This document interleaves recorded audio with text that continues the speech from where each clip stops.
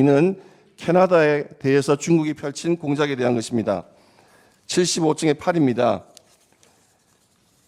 캐나다의 글로브 앤 메일이 중국이 2021년 캐나다 총선에서 집권당인 자유당의 승리를 위해 다양한 방법으로 지원했다고 하자 중국 외교부장이 완전히 거짓말이라면서 발뺌을 했습니다. 75쪽의 9입니다. 얼마 지나지 않아 트루도 총리가 특별 보고관을 임명하여서 중국의 선거 개입에 대해서 착수했음이 보도되었습니다. 그로부터 2달 후에 국제인권단체인 세이프가드 디펜던스가 중국이 2019년 및 2021년 캐나다 총선에서 최소 11명 이상의 자유당 후보에 대해서 불법 자금 지원, 상대 후보에 대한 흑색 선전 유포 등으로 선거에 개입했다고 보도했습니다. 75쪽의 11입니다. 1년쯤 지나서 캐나다 보안정보국이 조사 결과 중국이 2019년 및 2021년 캐나다 총선에 은밀하고 기만적으로 개입했다고 공식 조사 결과를 발표했습니다. 75쪽의 12입니다.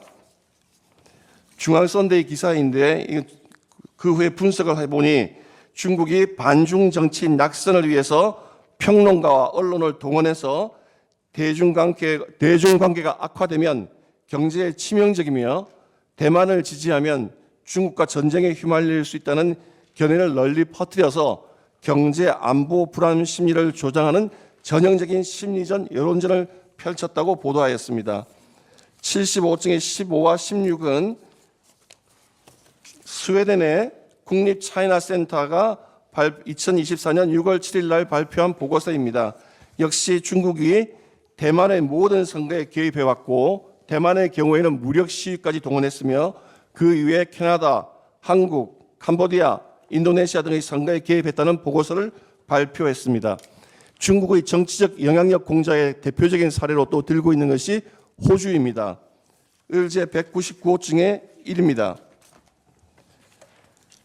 이 기사, 중앙일보 기사입니다. 이 기사에서 호주의 국가안보정보원장과 안보 관계자들이 중국이 호주의 노동당 후보자들에게 선거 자금을 제공하고 그 대가로 공산당과 관련된 사업가가 호주 정부로부터 혜택을 받게 하려 했다고 폭로하였습니다. 199호 중에 2는 조선일보 기사입니다. 중국이 호주, 캐나다 등 자유민주진영 국가들을 상대로 정치전을 전개하고 있는데 한국 역시 그 예외가 아니라고는 기사입니다. 대만은 이에 대해서 경계해서 반친투법을 제정하고 선거법도 당일 투표, 현장 개표로 개정했습니다. 이렇게 중국의 정치적 영향력 공작은 다양한 방법으로 이루어지고 있는데 지금 ICT 기술이 발전해서 사이버 기술을 이용해서 선거 시스템을 공격하는 방법들이 많이 사용되고 있습니다. 을제 147호증은 국정원의 2023년 10월경 발표한 보안 점검 결과이고 증인 사이버 안보센터장 백종욱이 나와서 증언한 바가 있습니다. 그것을 요약하면 방금 도태우 변호사가 잘 설명했지만 2020년 4.15 총선에서 선관위와 대법원은 선거망이 분리되어 있기 때문에 해킹은 절대 일어날 수 없고 안전하다고 국민들을 속였다는 것이 명백하게 드러났습니다. 보안 점검 결과 4.15 총선의 경우에 해커 입장에서는 망 분리가 전혀 되어 있지 않았고 통합 유권자 명부 탈취 가능했고 사전투표관리관의 사인, 지방선거관리위원회의 청인 다 탈취가 가능했으며 사전투표용지 인쇄도 가능했고 실시간 개표 및 개표 결과 조작도 이론적으로 가능한 상황이라고 밝혔습니다. 그리고 백종욱 증인은 분명히 말하기를 시간적인 제약으로 인해서 점검이 가능한 것은 5%의 전산 설비뿐이었기 때문에 점검한 5% 내에서는 선거 조작의 결과를 발견하지 못했지만 전체 전산 시스템을 조사한 것은 아니기 때문에 2020 4.15 총선에서 선거 조작이 있었다 없었다 단정을 내릴 수는 없는 상황이라고 했습니다. 을제 151호증입니다. 중앙선관위 공식 유튜브 채널 민주주의와 리더십이란 코너에 1%만 아는 리더들의 비밀 시크릿이라는 제목으로 시리즈 영상이 올라왔습니다. 외국의 정치인들을 다뤘는데 10편의 영상 중 1, 2편 왕홍잉, 3, 4편 등소평, 90편 주얼리를 다루었습니다. 대한민국의 자유민주국가인 대한민국에서 자유로운 선거제도와 민주주의를 용납하지 않는 중국 공산당 정치인들을 다루는 것이 상식적으로 도저히 납득할 수 없습니다. 선관위 내에 친중 분위기가 어느 정도에 이르렀는지를 명백히 알 수가 있습니다. 을제 122호증입니다. 선관위의 2025년 1월 17일자 사실조회 회신입니다. 이 회신에 따르면 선관위는 공직선거법상 외국인을 투개표 사무원 결격 사유로 규정하지 않고 있다는 이유로 외국인도 투개표 사무원으로 채용이 가능하다고 밝혔고 2020 4.15 총선 중에서 은평구 선거구에 중국인 개표 사무원이 한 명 있다고 회신해 왔습니다. 김영민 사무총장은 증인으로 출석해서 4.15 총선에서 중국인 개표 사무원이 한 명 있었다는 것이 아니고 은평구에 한 명이며 전국에 얼마나 많은 중국인 개표 사무원이 있었는지 알 수 없고 이를 관리하는 관리대장도 없었다고 증언한 바 있습니다. 이런 정도의 환경이 마련되어 있으면 중국의 정치적 영향력 공작을 어떻게 하리라고 하는 것은 여러분의 상상에 맡깁니다. 그러면 이런 사이버 공격이 있을 때 다른 나라는 어떻게 했는지에 관해서 사례를 보겠습니다. 198호증의 1, 2입니다. 루마니아 헌법재판소는 작년 말에 대통령 선거 1차 투표 과정에서 선거관리위원회의 선거 웹사이트와 IT 시스템에 대한 대규모 공격이 있었음을 이유로 대통령 1차 투표 결과를 무효로 선언했습니다. 루마니아의 헌법재판소와 방금 우리 도태호 변호사가 설명한 우리나라 대법원의 선거 소송에 대한 판결 태도가 어떤 것이 국민 주권을 보호하는 것인지 이 방청석에 있는 기자 여러분들께서 익히 잘 판단할 수 있으리라 믿습니다. 중국은 해킹 기술을 통해서 대규모로 정치인들을 해킹하고 있습니다. 을제 198의 3부터 5를 보시면 그는 한꺼번에 제시하도록 하겠습니다. 영국과 미국은 2024년 4월에 중국 정부와 연계된 해커 집단이 양국의 국회의원, 학자, 언론인, 민주주의 활동가, 주요 기업 등 수백만 원에 대해서 사이버 해킹을 했다고 발표했고 중국 안전부 산하 ATP 단체에서는 해킹 그룹이 미국, 영국, 뉴질랜드 관료들 정치인 이메일을 다 해킹했다고 발표했으며 KBS에서도 중국 정부와 연계된 해커 그룹 솔트 타이푼이 미국 정치인들의 이메일을 해킹했다고 발표했습니다. 198의 6호증입니다. 이렇게 중국의 노골적인 선거 개입에 대해서 2023년 11월 바이든이 시진핑을 만난 정상회담에서 대만의 선거 절차를 존중하라고 경고를 한 다음 중국에서 방식을 다소 다른 방식을 채택하고 그 방식의 비중을 높입니다. 전면적 개입 방식에서 이른바 분산식 개입 방식으로 바꿉니다. 인민해방군 산하 사이버 부대 311 기지에서 친중 매체나 SNS를 통해서 여론 조작하는 방식으로 방법을 바꾸게 됩니다. 이런 방침을 지휘한 자가 방금 저희가 보여드렸던 그 사진에서 봤던 왕홍잉이라는 분입니다. 한국의 중앙선거관리위원회가 이렇게 중국의 대외 정치적 영향력 공작전을 지휘하는 분을 민주주의와 선거라는 그 사이트, 그 채널에 왜 소개하는 것인지 저희를 알 수가 없습니다. 그러면 한국을 상대로, 우리나라를 상대로 해서는 어떻게 분상식 방식에 의해서 개입해 왔는지에 관해서 보겠습니다. 을제 175증이 국정원의 사실조회 회신인데 이 회신이 중국이 어떻게 인터넷 여론 조작을 해왔는지 거기에 관한 회신을 보내왔고 그 일부 내용이 198호증의 7, 8로 보도가 된 것이 있습니다. 이 내용을 요약하면 중국은 홍보업체 하이마이, 하이순 등으로 하여금 한국 내에 위장 언론사를 세웁니다. 서울프레스, 부산 온라인 같은 1차로 발견된 38개의 불법 웹사이트를 구축을 하고 중국 내에 있는 정체불명의 조직으로 하여금 친중, 반미, 한국 내 갈등 조장할 수 있는 콘텐츠를 생산해서 그 위장 사이트에 게시를 합니다. 그러면 SNS 인플루언서를 통해서 트위터나 유튜브를 통해서 확산시키는 그러한 방법으로 여론 조작을 시도했다고 하는 것이 국정원 조사 결과 드러나 있습니다. 주로 이들이 퍼뜨리는 이슈들은 일본 후쿠시마 원전 원전 처리수를 핵 폐기수라고 지칭하고 국민 보건에 극히 위험하다는 내용, 한미 동맹을 공격하는 내용, 제주 4.3 사건에서 미군이 한국인을 학살했다는 내용, 이런 내용의 중심으로 내용을 집중적으로 유포하였습니다. 그 결과 우리나라에 어떤 영향이 있었는지 한 가지 사례만 소개하겠습니다. 의제 215증입니다. 정부가 이 후쿠시마 괴담 방류 문제로 인해서 그것이 전혀 근거 없다고 하는 것을 밝히기 위해서 사용한 비용이 정부가 지출한 비용만입니다. 1조 6천억을 썼습니다. 여기 보시면은 방사능 조사 시점을 92곳에서 245곳으로 늘리고 그 다음에 시료 제치를 49,600건을 했습니다. 이로 인한 정부 지출 비용만 1조 6천억입니다. 이로 인해서 생겼던 수산업에 종사하는 국민들의 피해액은 다 빼고 순수하게 쓰지 않아도 될 예산을 지출한 것이 1조 6천억입니다. 이것이 과연 과학적인 근거가 있는가 없는가에 관해서 좋은 기사가 있습니다. 2024년 4월 8일 조선일보 취재기사입니다. 1년간 삼중수소 배출량이 후쿠시마 원전의 경우 22조 베크렐입니다. 조 단위라고 해서 굉장히 위험하게 생각하시는데 국제원자력기구나 WHO 안전수치보다 훨씬 낮은 수치입니다. 프랑스 라그 핵처리소에서 1년간 배출되는 삼중수소 배출량은 58조 베크렐입니다.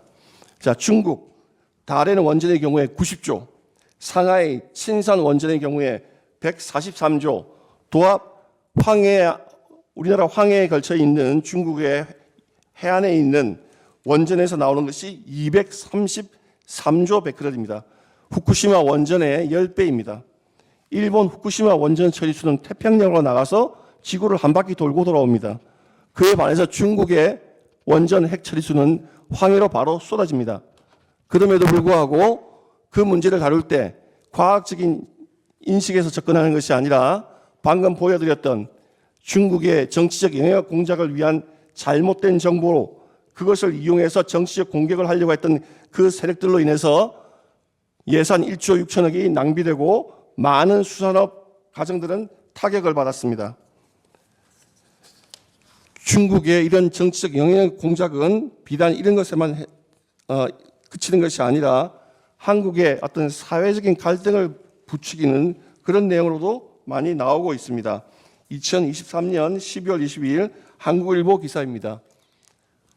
한국의 남성과 여성 사이에 어떤 갈등이 있는 것을 이용해서 한국 여자들은 돼지처럼 먹기만 한다. 이런 내용들도 부추기는, 그러니까 우리가 일반적으로 생각할 때에는 설마 이런 것까지 하는 것들도 그 사회의 갈등 조장을 통해서 국력을 소진시킬 수만 있다면 그런 것들도 하나의 도구가 되고 있습니다. 주로 쓰는 것은 여기 보면은 6.25는 남북이 아닌 북일 전쟁이다. 한국 여자들은 돼지처럼 먹기만 한다. 서울 시민 입장에서 보면 경상도나 전라도나 둘 다 한심하다. 서울 시민에는 세금을 제일 많은데 지방이 다 탕진한다. 이런 식으로 갈등을 일으키는 그런 가짜 뉴스들을 많이 퍼뜨리고 있습니다. 나아가서 이러한 정치적 영향력 공작을 함에 있어서는 산업 분야에도 타격을 주고 있습니다. 198호 중에 10호증입니다. 한국과 중국의 경쟁이 치열한 배터리, 전기차 같은 제품 기사에도 조직적인 댓글을 달아서 여론 조작을 하고 있다는 분석 결과가 보도되었습니다. 이런 보도 기사가 점점 나오면서 과학적인 연구 논문들도 쏟아지고 있습니다. 이것은 가천대학교 교수 윤민우 교수님의 논문입니다. 중국의 대한국 온라인 영향력 공작 사례 연구라고 해서 중국이 이런 영향력 공작을 통해서 한국의 포털 뉴스에 조직적인 댓글을 달고 있다고 하는 것을 체계적으로 분석한 논문입니다. 지금 이런 중국의 정치적 영향력 공작은 문화 방면을 통해서도 들어오고 있습니다. 대표적인 것이 여러분도 잘 아시는 공자학원이라고 하는 것입니다. 지금 전 세계적으로 공자학원은 중국의 정치적 영향력 공작을 위한 도구로 이용되고 있고, 학생들로 하여금 중국에 대한 비판적 사고를 제거한다는 그런 비판을 받아서 다 축소되고 있습니다. 미국의 경우 2017년 118개였으나 2022년 7개로 축소되었고, 스웨덴, 노르웨이, 핀란드는 폐쇄되었습니다. 한국은 아시아에서 가장 많은 23개입니다. 이런 공자학원의 정체성에 대해서 가장 잘 보여주는 기사가 198호 중에 12입니다. 2023년 3월 14일 조선일보 기사인데, 이 최고 책임자가 중국 공산당 통일전선공작부 부장, 한국어로 말하면 장관을 지냈던 류현동과 순춘란 두 사람입니다. 이 두 사람은 중국 공산당 정치국원 국무원 부총리를 지낸 고위 정치인입니다. 중국어 교육과는 하등 관계가 없는 분들입니다. 이런 분들이 중국 공자학원의 책임자로 있다는 것은 공자학원이 어떤 용도를 위하여 사용되고 있다는 것을 잘 보여준다고 할 것입니다. 자, 지금까지 중국이 펼치는 정치적 영향력 공작전에 대해서 자료를 살펴보았습니다. 그러면 우리나라는 이러한 하이브리디즘을 수행하는 데 얼마나 좋은 토양을 갖추고 있는가? 을제 146호증입니다. 국내 체류 중국 동포가 2024년 4월 말 현재 체류 외국인은 약 260만 명이고 중국인은 96만 2천 명으로 37%에 이릅니다. 을제 200호증의 1입니다. 2019년 7월 민주당 민주연구원이 중국 공산당 중앙당교와 교류 협력 추진 계약을 체결하였습니다. 민주연구원장은 이 협약식 체결 직후 중국 최대 IT 업체인 텐센트를 방문하였습니다. 지난 신원식 실장 증인신문 과정에서 밝혔지만 미국은 2025년 1월 이 텐센트 기업을 중국 인민해방군과 직접 연결된 기업으로 위험한 기업으로 낙인을 찍은 바 있습니다. 200호증의 2입니다. 2017년 12월 문재인 대통령이 방중했을 때 중국은 대국, 높은 산봉우리, 한국은 작은 나라, 중국몽이 아시아 모두 그리고 나아가 전 인류의 꾸미기를 되기를 한다면서 친중 노선을 표명한 바 있습니다. 을제 200호증의 3입니다.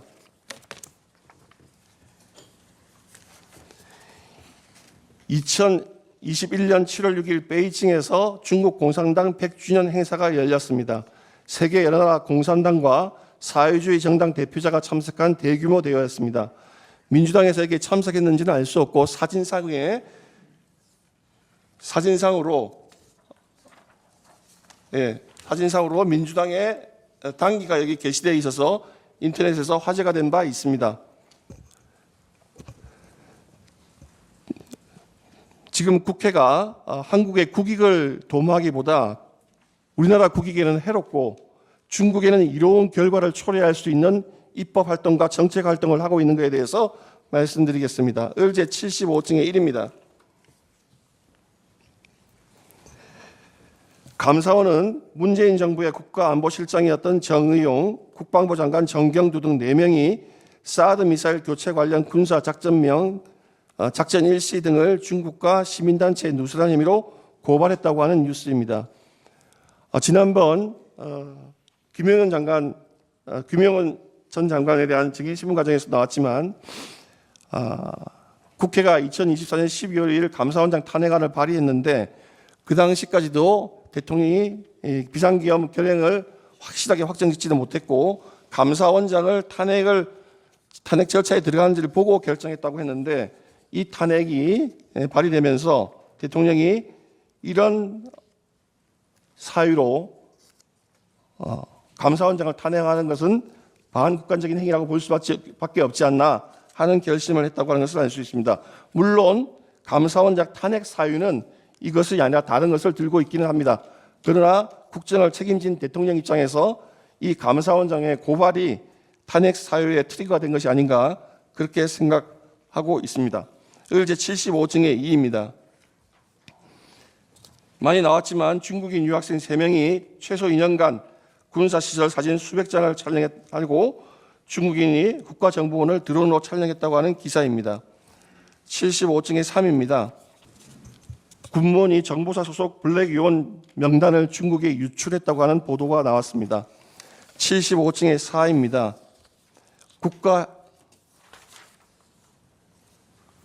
국가 핵심 기술 유출 건수가 2018년 22건에서 2022년 82건으로 급증하고 있고 그중 중국으로 유출되는 사례가 70%에 이른다는 내용입니다. 75증의 5입니다. 그럼에도 불구하고 한국 정보기관들이 국내에서 암약하는 중국 요원들을 간첩죄로 추적, 체포할 수 없다는 것에 대해서 외국의 외신 기자는 도저히 이해할 수 없는 현실이라고 비판하고 있다는 기사입니다. 의제 201호증의 1입니다. 예, 이 부분 여기 잠깐 위로.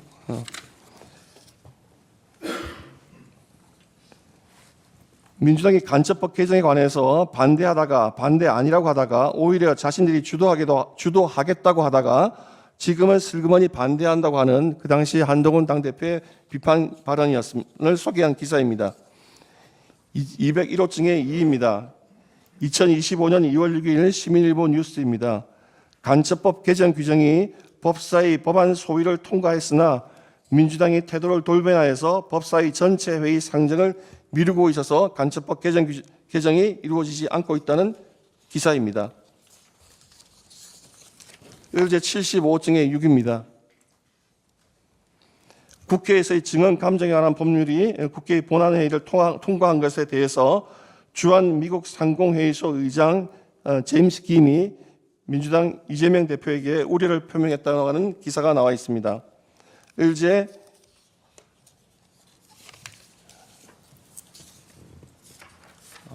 202호증의 1은 그 법안의 문제점에 대해서 소개한 표입니다. 개인정보, 민감정보, 기업의 영업비밀 정보도 제출하도록 하고 거부 또는 폐기 시 형사처벌 규정을 두고 있어서 기업비밀, 핵심 기술이 중국으로 유출될 통로로 악용될 수 있다고 하는 분석입니다. 의제 202호증의 2입니다. 위 개정안이 시행이 되면 개인의 정보, 기업의 기업 비밀들이 해외로 유출될 수 있어서 유출될 수 있고 최근 5년간 111건의 산업기술이 유출되었고 그중에 36건은 국가 핵심 기술이고 피해액은 무려 23조 원에 이른다는 기사입니다. 의제 75증의 7입니다. 무기 수출을 받을 때 국회 동의를 받으라고 하는 방위산업법 개정안에 관한 이야기입니다. 이것이 법률로 시행이 되면 방산 수출은 지연되고 기밀이 유출되면서 우리나라 방위산업이 위축될 위험이 있다고 하는 입법 기사입니다. 예, 결론적으로 우리나라는 지정학적으로 매우 예민한 위치에 자리 잡고 있습니다. 하이브리드전, 특히 정치적 영향력 확보 공작을 가장 치열히 전개하는 중국과 인접하여 있습니다. 중국이 세계 각국을 상대로 정치적 영향력 확보를 위한 작전을 전개하는 것을 보면 한국에 대해서 활발히 그러한 활동을 하려고 하는 것은 능히 예상할 수 있습니다. 물론 중국과 설린 관계로서 경제적 우호관계, 교류관계를 맺어야 하는 것은 맞지만 우리나라의 자유민주체제를 위협하거나 주권을 침탈하거나 하는 것에 대해서는 항상 경각심을 가져야 합니다. 중앙선거관리위원회는 분명히 2020년 4.15 총선에서 국민들에게 거짓말을 했습니다. 선거망이 분리되어 있기 때문에 해킹은 전혀 일어날 수 없다고 장담을 했습니다. 그 장담을 믿고 대법원도 판결을 했습니다. 2023년 국정원 보안 점검 결과 선거관리위원회의 그 장담은 새빨간 거짓말이라는 것이 다 드러났습니다. 해커가 마음껏 주무를 수 있다는 것이 드러났습니다.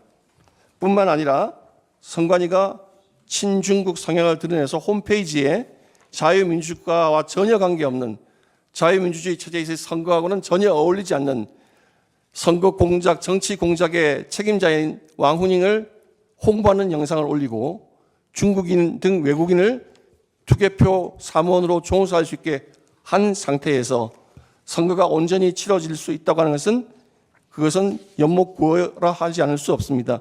그 결과 드러난 것이 도태호 변호사가 방금 밝힌 수많은 이상한 투표지와 기이한 현상들입니다.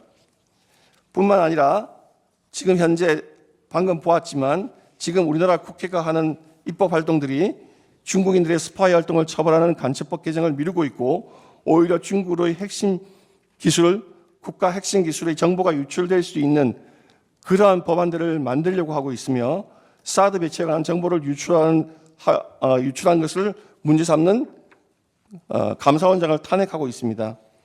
이러한 사항들을 다 종합하여 보면 대통령 국정 전반을 책임지고 있는 대통령의 입장에서는 이게 전쟁이나 사변은 아니지만 그에 못지않는 중요한 위험한 상태이고 그것을 국민들에게 직접 호소하고 알려야 된다는 생각을 하지 않을 수가 없는 상황이라고 생각합니다. 그럼 왜 언론을 통해서 하지 않았느냐? 우리나라 언론은 전국 언론 노조가 강력하게 자리 잡고 있습니다. 전국 언론 노조에는 정치위원회가 있습니다. 정치위원회는 강령이 있습니다. 진보정당의 정책을 홍보하는 겁니다. 심지어 지금 보십시오. 임기가 끝난 MBC 대주주는 방송문화진흥회입니다. 임기가 끝난 이사들이 지금 10개월 정도 계속 이사회 구성하고 있습니다. 그 박문진 이사 새로 임명했던 방통위원장을 임기 이틀 만에 탄핵을 했습니다. 이런 상태에서 대통령이 언론 활동을 통해서 국민들에게 호소하면 아마도 대통령의 발언은 한 5분 소개하면 그 발언을 비판하는 분석 기사와 논평은 아마 10배는 더 나갔을 것이 틀림없다고 생각합니다. 국민들에게 이 심각한 위기 상황, 우리가 인식하지 못하고 있는 이 순간에 얼마나 많은 분야에서 국익이 침해당하고 있고 국민들은 그것을 인식하지 못하고 있는 것을 자신의 위험을 걸고서라도 알려야 되겠다고 하는 대통령의 충심이었다는 것을 말씀드리겠습니다.